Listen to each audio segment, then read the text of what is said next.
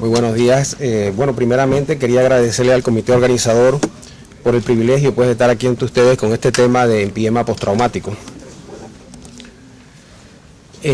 Nos vamos a enfocar en esta presentación en los siguientes puntos: antecedentes históricos, la patogénesis, la profilaxis, que continúa siendo controversial.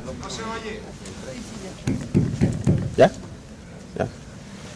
Decía que nos vamos a concentrar en estos 5 aspectos que son los antecedentes históricos, la patogénesis del empiema postraumático, la profilaxis antibiótica, el diagnóstico y el tratamiento.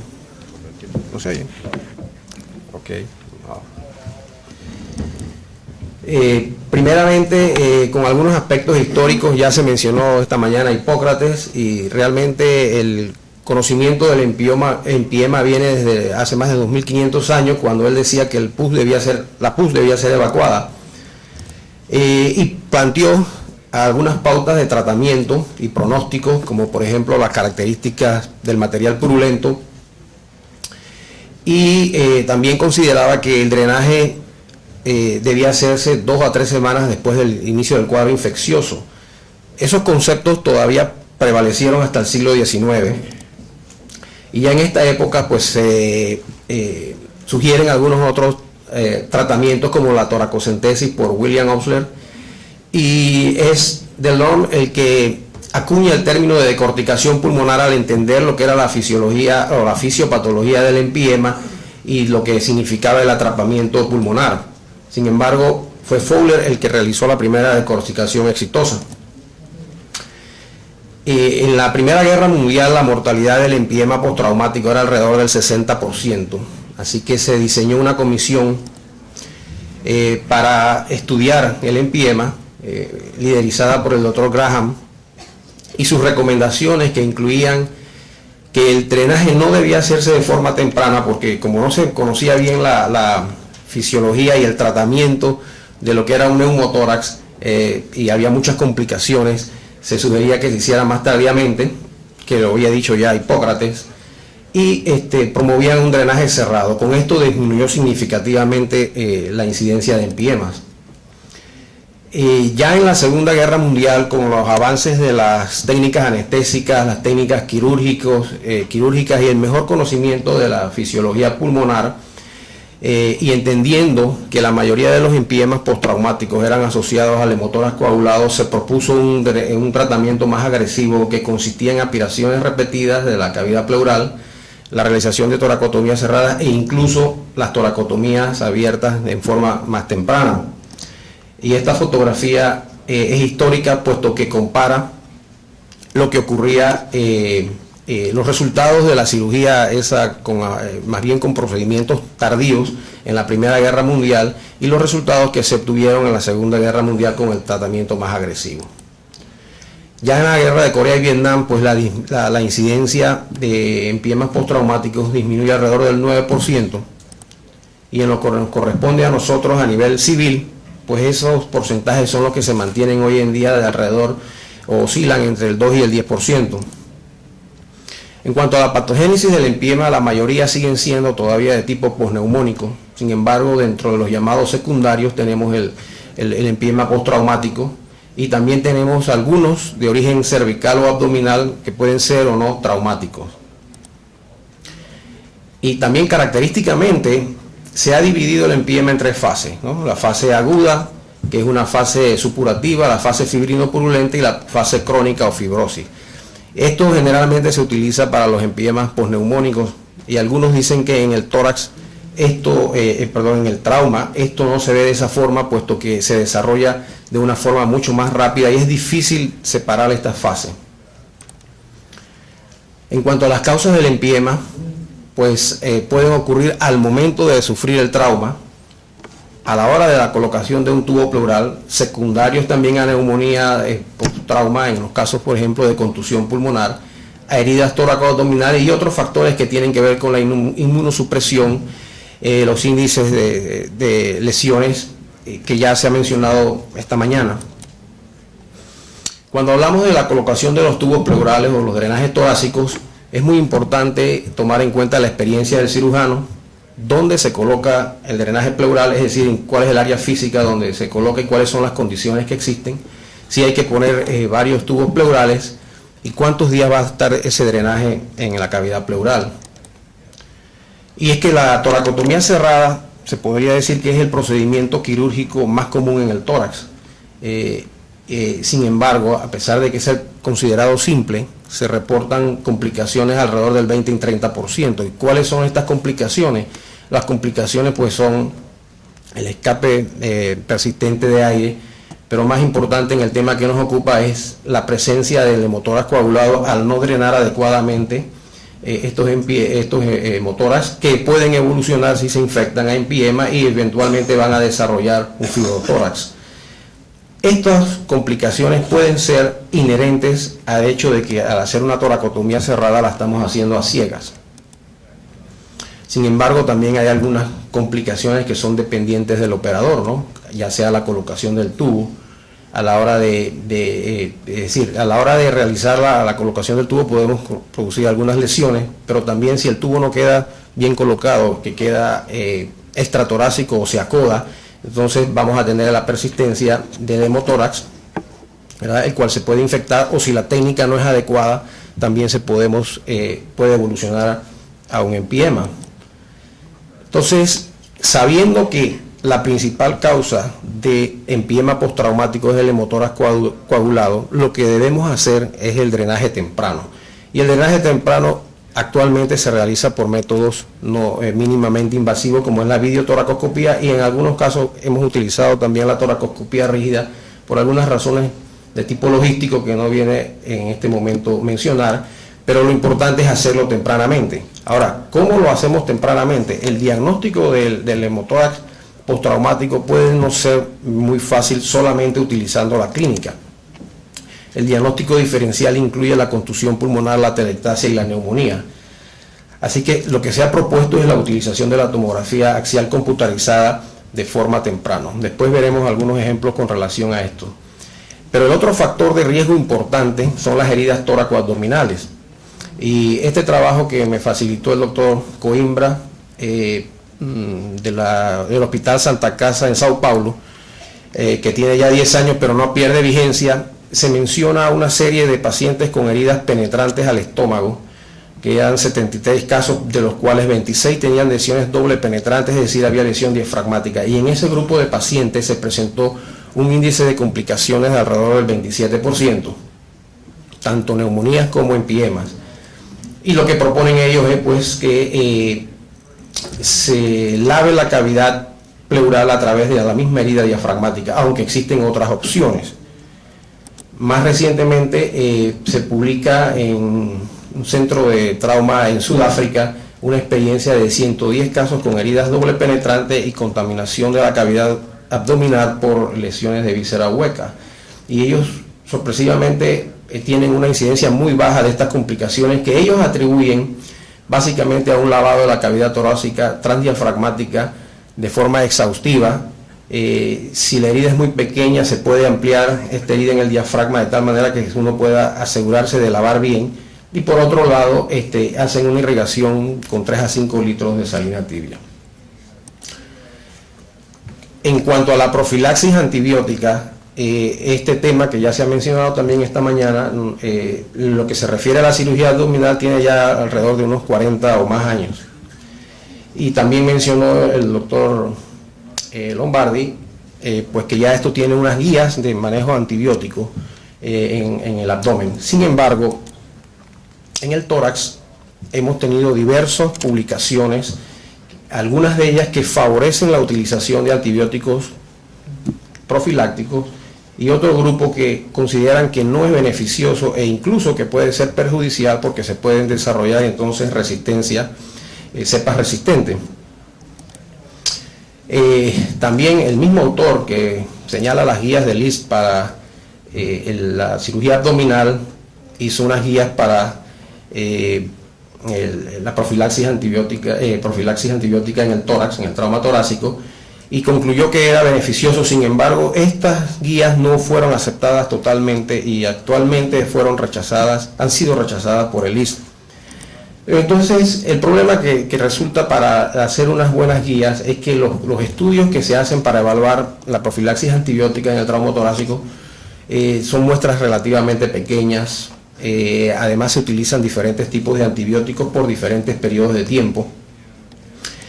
Y lo que ha traído como consecuencia fue un nuevo intento por hacer un estudio que fue multicéntrico, prospectivo, doble ciego, para tratar de demostrar si era beneficioso o no el uso de antibióticos profilácticos.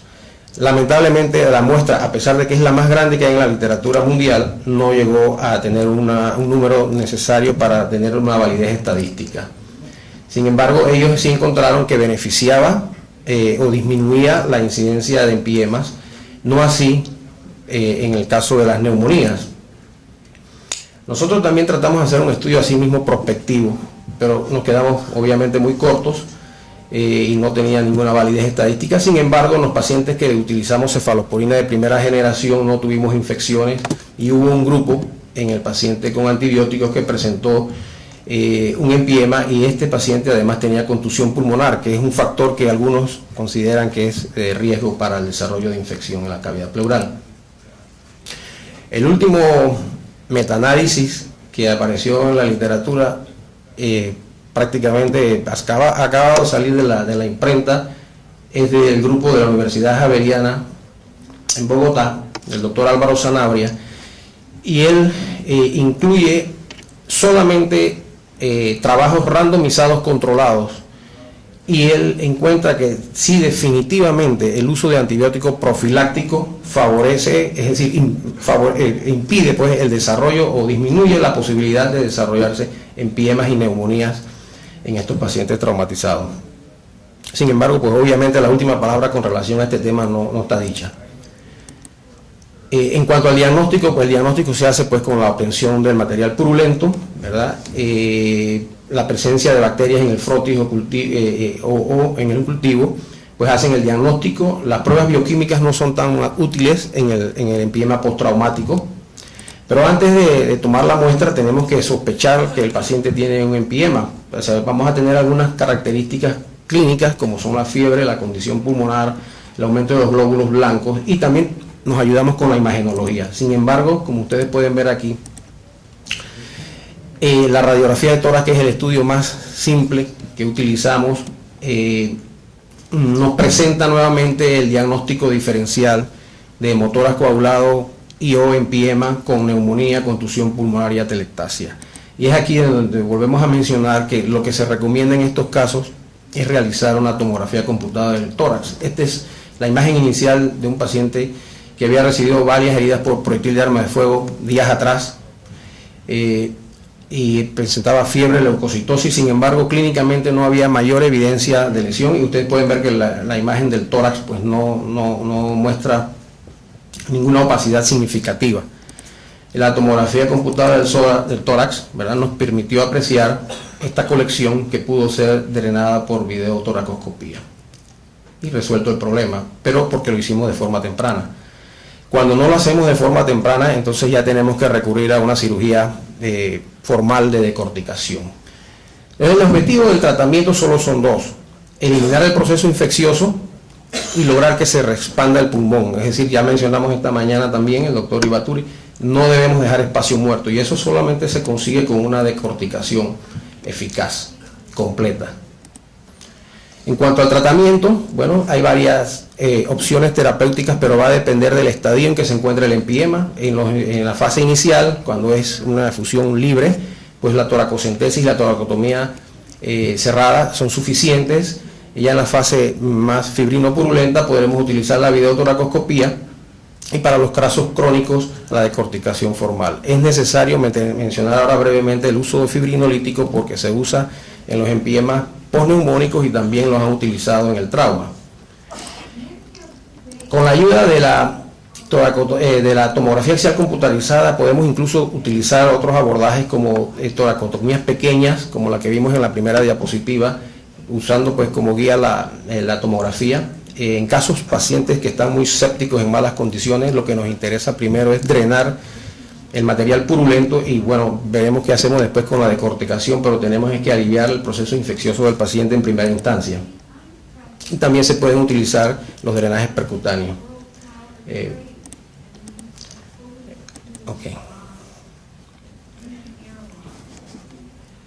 En este caso, por ejemplo, no corre el video, pero bueno, era un clip bien pequeño sobre lo que es un empiema fibrino purulento que podemos resolver mediante videotoracoscopía. Cuando el proceso evoluciona en el tiempo, esta que es la corteza pleural se va engrosando y se va haciendo más firme y resulta entonces difícil decorticar el pulmón por esta vía y tenemos que recurrir entonces a la decorticación formal. Como en este caso que ustedes pueden apreciar aquí, no podemos ver bien la profundidad, pero esto que estoy señalando aquí es la corteza visceral, es decir, hemos evacuado el empiema y este es el pulmón que está debajo atrapado, ¿verdad? Aquí se ha decorticado y ustedes pueden ver que la decorticación ha sido bien completa. Brevemente, algo sobre los fibrinolíticos, pero más que nada va a ser para criticarlos, ¿no? Este estudio reciente muestra que el uso de la videotoracoscopía es mejor en cuanto a los resultados de estos pacientes y disminuye también los días de hospitalización comparado con los pacientes en que se usó streptokinasa.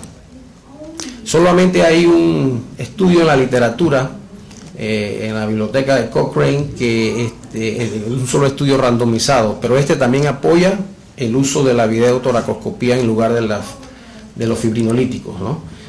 Pero el trabajo que creo que le da el puntillazo final, y yo creo que especialmente en el trauma a los fibrinolíticos, es un artículo que salió publicado el año pasado en el New England Journal of Medicine, en un estudio multicéntrico, doble ciego, con una buena cantidad de casos en el Reino Unido, y las conclusiones del trabajo fueron que no redujo la mortalidad, no redujo la necesidad de cirugía, no redujo el tiempo hospitalario y finalmente que no debe ser utilizado en el empiema o el hemotoras coagulado. En nuestra experiencia, manejando empiemas, por supuesto la mayoría son postneumónicos, pero tenemos una casuística de 25 casos postraumáticos. Realizamos alrededor de 5 decorticaciones por empiema al año.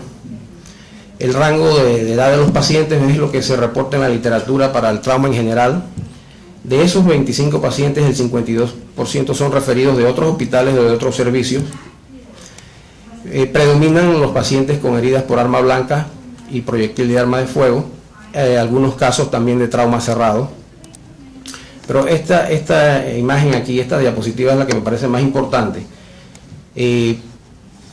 Se ratifica lo que dice la literatura, que la principal causa de empiema postraumático es el hemotoras coagulado, es decir, que no ha sido drenado oportunamente o adecuadamente con la toracotomía cerrada. Las heridas doble penetrante con lesión de vísceras huecas abdominales también tienen una alta incidencia, y en nuestro caso tuvimos empiemas asociados a perforaciones del esófago, ya sea cervical o torácico. En cuanto a las complicaciones, fueron alrededor del 20%, sin embargo las principales y las más graves se dieron a los pacientes que tenían las perforaciones del esófago. No tuvimos mortalidad, sin embargo uno de los pacientes falleció de causa no relacionada con el empiema que ya había sido tratado. Así que para terminar podría decirles que el empiema continúa siendo un problema en los pacientes con trauma torácico, que oscila entre el 2 al 10%. La mayoría de los empiemas traumáticos están asociados al hemotoras coagulado, y por lo tanto se requiere de un diagnóstico y un tratamiento temprano. El diagnóstico lo podemos hacer cuando tenemos duda diagnóstica con la tomografía, que se puede hacer el segundo o incluso el tercer día después de haber colocado un tubo pleural. Si vemos que el paciente persiste con una opacidad o hay descenso de la hemoglobina, en fin, entonces hacemos una tomografía y nos saca de dudas rápidamente. En cuanto a las heridas tóraco-abdominales, también tienen una incidencia importante en el empiema postraumático, y esta cavidad debe ser lavada exhaustivamente durante el acto quirúrgico. Lo que ocurre y se entiende a veces es que estos pacientes tienen múltiples traumas, múltiples lesiones, están muy comprometidos y a veces uno lo que quiere es salir rápido del salón de operaciones. La utilidad del antibiótico profiláctico aún no está definida, sin embargo usarlo por 24 horas o una sola dosis preoperatoria probablemente no le va a hacer ningún daño al paciente. También probablemente el uso de fibrinolíticos no está indicado, y la decorticación pulmonar es altamente efectiva en el tratamiento del emfisema postraumático, elimina la infección y permite la reexpansión pulmonar. Muchas gracias.